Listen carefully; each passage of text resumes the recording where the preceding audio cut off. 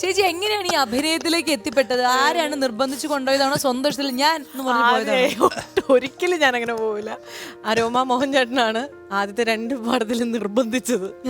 അങ്ങനെ ആദ്യത്തെ പടം എന്ന് പറയുന്നത് ലാലേട്ടൻ്റെ കൂടെ റെഡ് ചില്ലീസ് ആയിരുന്നു. പിന്നെ അത് കഴിഞ്ഞിട്ട് ഇങ്ങനെ ഈദിന്റെ ഒരു ഷോയിനും ദുബായി പോയിരുന്നപ്പോഴത്തേക്കും മോഹൻ ചേട്ടൻ വീണ്ടും വിളിച്ചിട്ട് പറഞ്ഞു, മമ്മൂക്ക വിളിക്കാൻ പറഞ്ഞു. ഞാനൊന്നും പറ്റില്ല എന്ന് പറഞ്ഞു. വന്നില്ലെങ്കിൽ നീ വിവരം അറിയും എന്ന് പറഞ്ഞു. അങ്ങനെ ഞാൻ പ്രോഗ്രാം കഴിഞ്ഞ് പോയിട്ട് ഞാൻ ഒറ്റപ്പാലത്ത് പോയി കഴിഞ്ഞപ്പോൾ ഞാൻ മഞ്ഞില്ല, ഞാൻ വേണ്ട വിളിച്ചുകൊണ്ട് ഞാൻ വന്നതാണ്.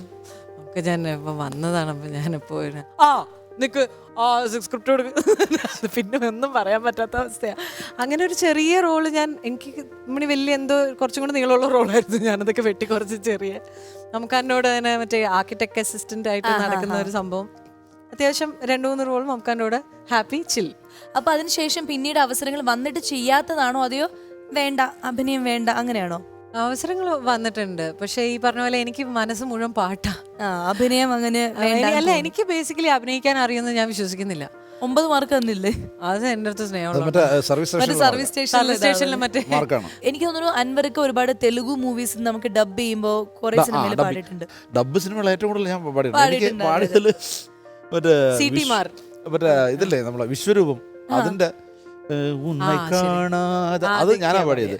മുന്നിൽ കാണാതെ ഞാൻ ഇന്ന് ഞാനില്ലയേ വിട ചൊല്ലാതെ വേർപെടാതെ അങ്ങനെ ലിറിക്സ് വെച്ചിട്ട്. അപ്പൊ അങ്ങനെ ഒരുപാട് സിനിമകൾ നല്ല ചാൻസുകൾ കിട്ടുന്നുണ്ട്. ചേച്ചിയുടെ കാര്യത്തിൽ എങ്ങനെയാണ്? നമ്മൾ നമ്മൾ കുറെ പാടി ഡബിങ് കൂടാണ്ട് പിന്നെ ഒറിജിനൽ തന്നെ ഞാൻ ഹിന്ദിയിലും തമിഴിലും തെലുങ്കിലും കന്നഡത്തിലൊക്കെ. ഇപ്പൊ ഈ കഴിഞ്ഞ കോവിഡിന് തൊട്ട് മുമ്പായിട്ടുള്ള സമയങ്ങളിൽ തനിഷ് ബാഗ്ചിക്കും പാടാൻ പറ്റി ഹിന്ദിയില്. ശങ്കർ എഹ്സാൻ ലോയ് അവരുടെ അതിന് ഏതെങ്കിലും ഒരു പാട്ട് നമുക്ക് കേൾക്കണ്ടേ? തെലുങ്കോ ഹിന്ദിയോ? തെലുങ്ക് പാടാം.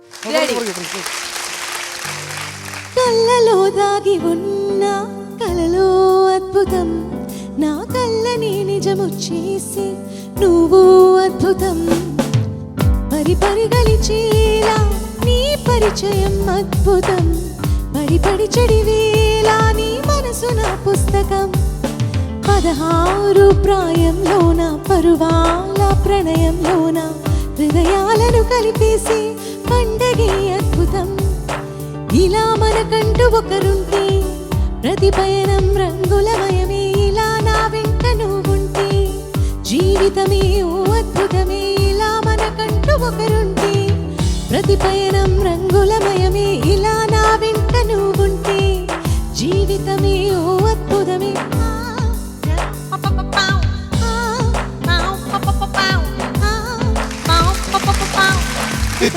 അങ്ങനത്തെ ഒരു പാട്ടാണ്. ആക്ച്വലി ഓണം ബേസ് ചെയ്തിട്ടുള്ള ഒരു സംഭവമാണ്. ഭയങ്കര ഗ്രൂവിയാണ്, കുറച്ചും കൂടെ ഗ്രൂവിയാണ്. ഒറിജിനൽ പാട്ട് കാണുകയാണെങ്കിൽ നിങ്ങൾക്ക് മനസ്സിലാവും. ലവർ എന്ന് പറഞ്ഞ സിനിമ. എന്തായാലും താങ്ക് യു സോ മച്ച്. എന്തായാലും ഒരു ഗുജറാത്തി പാട്ടും ഒരു തെലുഗു പാട്ടും കേട്ടു. ഞാൻ നിങ്ങൾക്ക് ഒരു സമ്മാനം തരട്ടെ? വേണ്ട.